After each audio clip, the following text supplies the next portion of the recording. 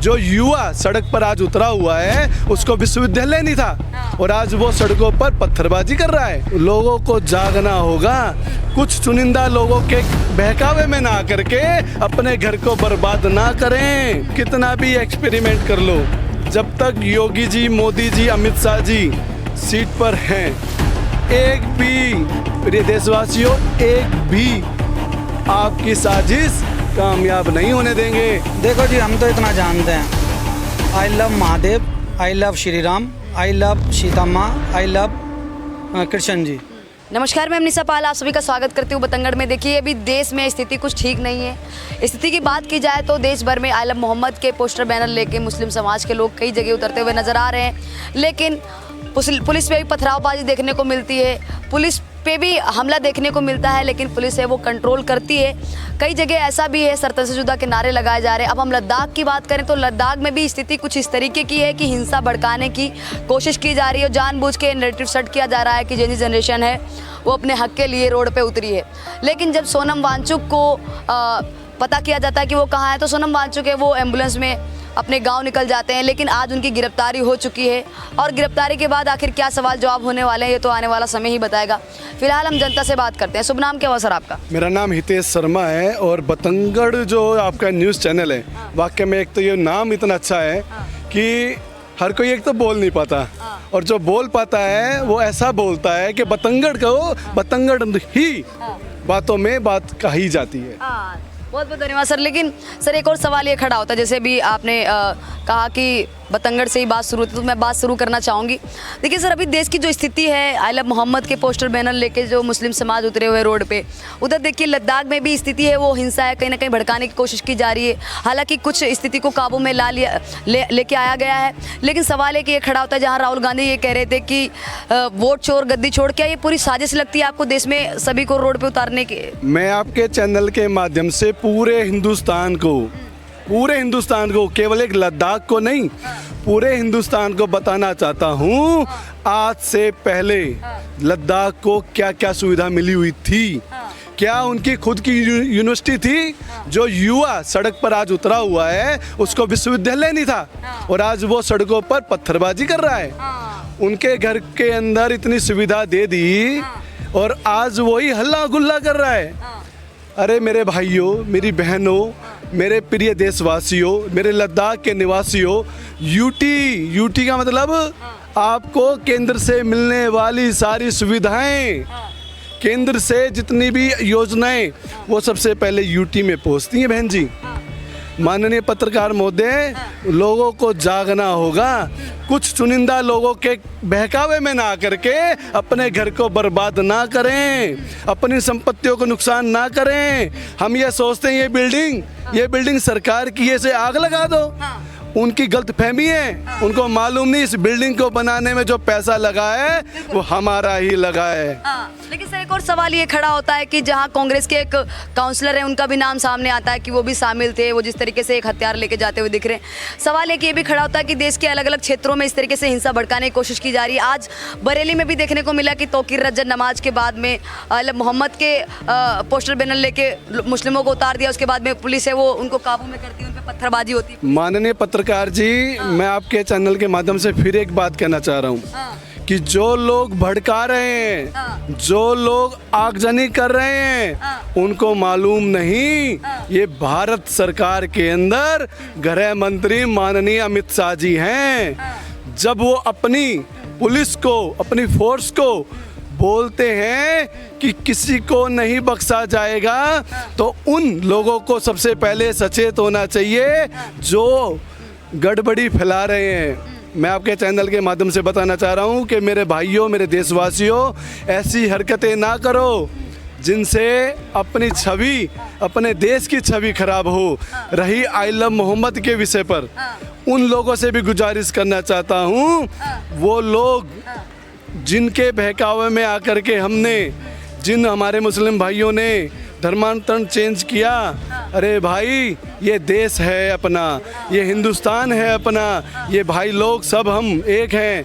ऐसी गलतफहमी किसी के बहकावे में मत आओ।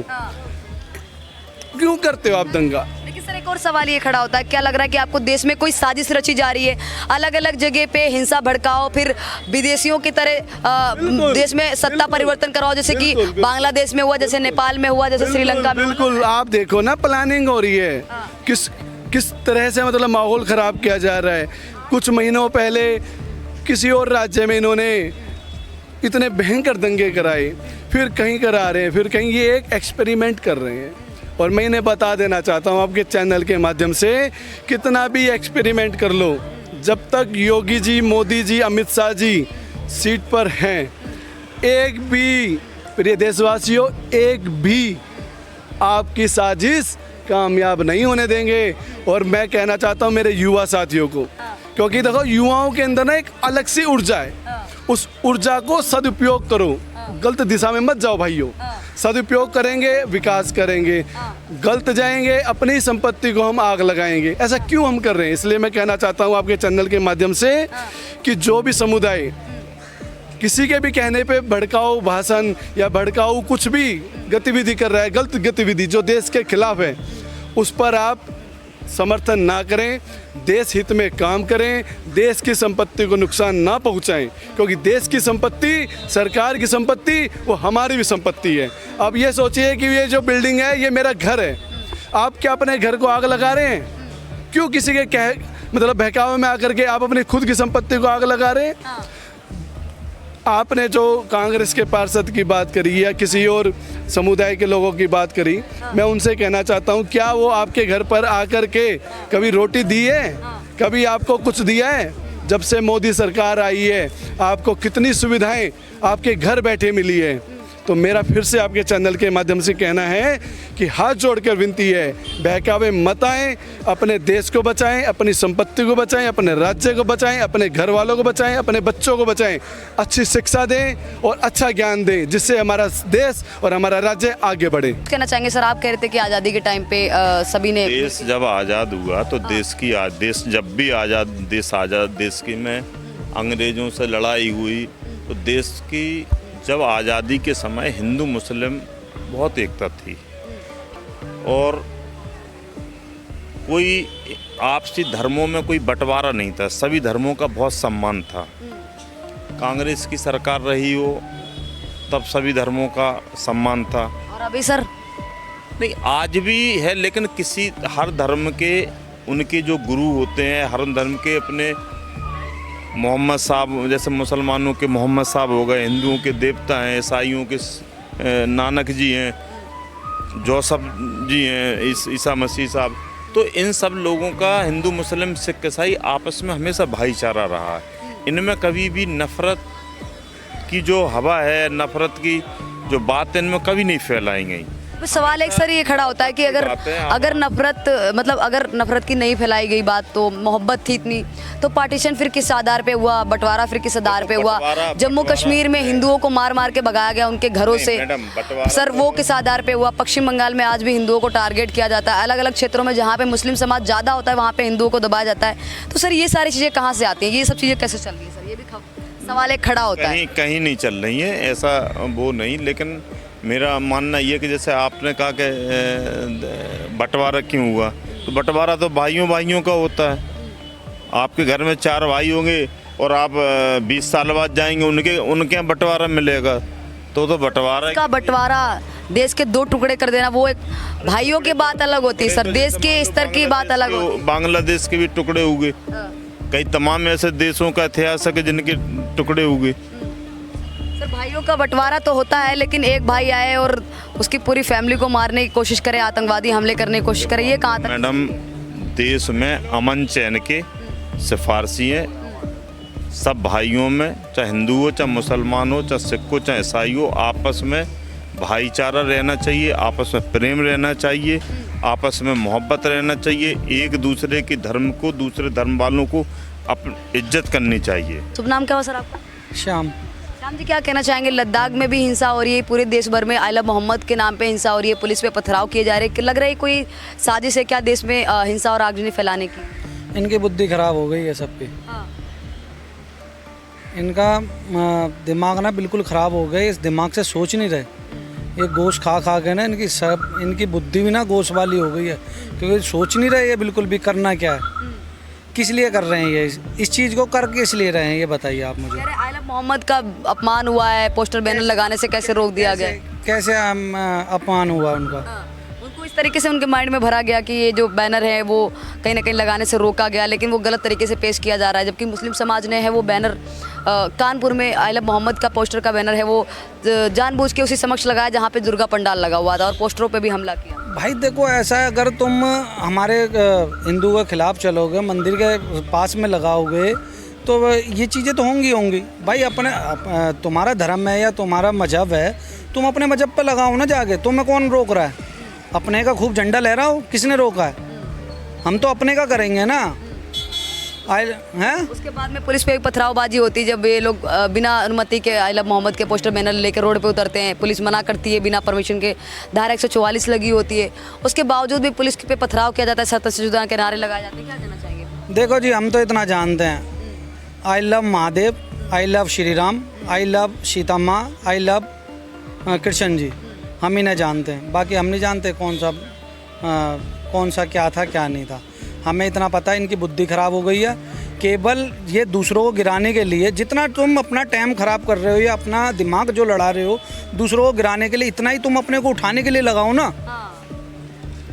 इतना ही दिमाग अपने उठाने के लिए लगाओ। लग रहा है कि जानबूझ के कोई साजिश रची जा रही है जिसके तहत। तो है ही है ये। एक चीज़ बताओ, तुम्हें और कुछ नहीं मिलता दिन पे, मतलब तुम लोग करते क्या हो? जैसे कि अब दूसरे को टारगेट करा, हिंदुओं को टारगेट करा, उसके मंदिर को टारगेट करा। अरे जितना तुम इन्हें टारगेट कर रहे हो, इतना ही दिमाग तुम अपने मजहब में लगाओ, इतने इसमें काम धंधे में लगाओ, पढ़ाई में लगाओ, या अपने जो मजार होती है उसमें लगाओ। ऊपर उठाओ ना उसे, क्यों नीचे गिरा रहे हो? उससे तुम्हारी मानता नहीं बढ़ रही, ना तुम्हारा तारीफ़ हो रही, उल्टा गालियाँ दी जा रही हैं तुम लोगों को। केवल अपना इतना करो कि अपने को उठाने के लिए अपने की जय जयकार करो, दूसरों को गालियाँ मत दो, दूसरों को मत गिराओ। दूसरों को गिराने में तुम्हें कुछ नहीं मिलेगा, समझ गए भाई? जो बंदा इस तरह से हिंसक फैला रहा है, पथराव कर रहा है, इन पर कार्रवाई होनी चाहिए, इनको उठा के बंद कराया जाए और इन पर सख्त से सख्त कार्रवाई हो, इनको जेल होनी चाहिए। सरता से जुदा के नारे लगाते हैं, छोटे छोटे बच्चे हैं, 12-13 साल के बच्चे हैं जो सरता से जुदा के नारे पुलिस वालों को देखकर लगाते हैं, ऐसे जो कह रहे हैं कि मोहम्मद का अपमान करेंगे, उनका सरता से जुदा कर देंगे। बच्चा जेल भी है, पता होगी आपको। उन्हें उधर वहाँ डालो ना। एक बच्चे को डालो तो चारों की आँख हो जाएंगी, 10 को अकल मिल जाएगी। और पहली बात तो वो माँ बाप मूर्ख हैं जो अपने बच्चों को छोटे को निकाल देती हैं इन चीज़ों के लिए, लड़ाई झगड़ों के लिए। लड़ाई झगड़ों में क्या मिलेगा? जितना तुम लड़ाई झगड़ा करा रहे हो, इतने 10 रुपए की कॉपी खरीद के, पेन खरीद के इन्हें दो ना, इतना ये पढ़ने जाएंगे। क्या कहना चाहेंगे? ये सब साजिश लगती है देश में माहौल ख़राब करने की। जिस तरीके से राहुल गांधी ने कहा था कि वोट चोर गद्दी छोड़, तो लग रहा है कि कैसे ना कैसे वोट है वो क्या कहते हैं गद्दी छुड़वाने की कोशिश की जा रही है। एक तरफ जेएनजीओ को साजिश के तहत लद्दाख में उतार दिया जाता है, दूसरी तरफ आप देख रहे हैं कि मुस्लिम समाज रोड पे उतरा हुआ है, तो लग रहा है कि देखो, वोट चोरी की तो ऐसी बात है, 70 साल से तो यही करते हुए आ रहे हैं, ड्रामेबाजी। एक भी बार जब क्यों नहीं हल्ला मचाया इन लोगों ने? और आज ये मोदी जी को कह रहे हैं कि वोट चोर और गद्दी छोड़, तुम लोगों ने क्यों नहीं छोड़ी थी? हैं? और एक वो जो मनमोहन है, मनमोहन ने कुछ बोला ही नहीं आज तक, कठपुतली की तरह नाचता रहा इधर से उधर। ठीक है, इसीलिए ये बेकार की चीज़ें, अपने को अगर उठाना है तुम्हें तो अपने के नारे लगाओ और अपने के लिए कुछ काम करो, काम धंधा करो।